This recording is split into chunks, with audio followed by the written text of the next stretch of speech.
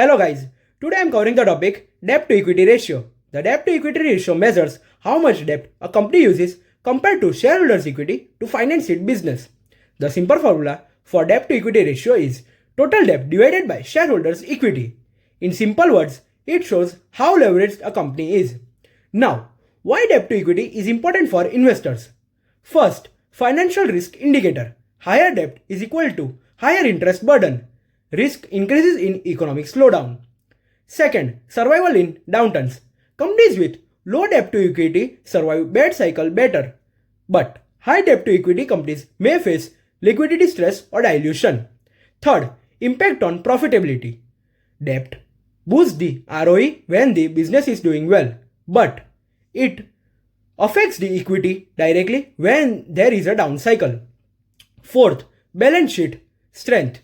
Low debt to equity is equal to financial flexibility, but high debt to equity is equal to dependence on others.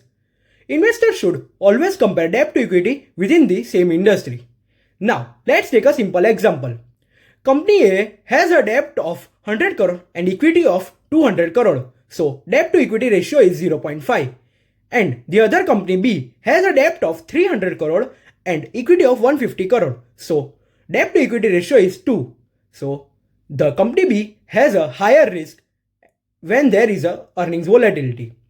Now, investors should also know that high debt to equity is not always bad if operating cash flow are strong, interest coverage ratio is strong, and asset life is long. And it also has to see that low debt to equity is not always good because there can be missing opportunities of growth and companies can be under leveraged. So, always combine debt to equity with interest coverage ratio, operating cash flow, and operating leverage. Thank you.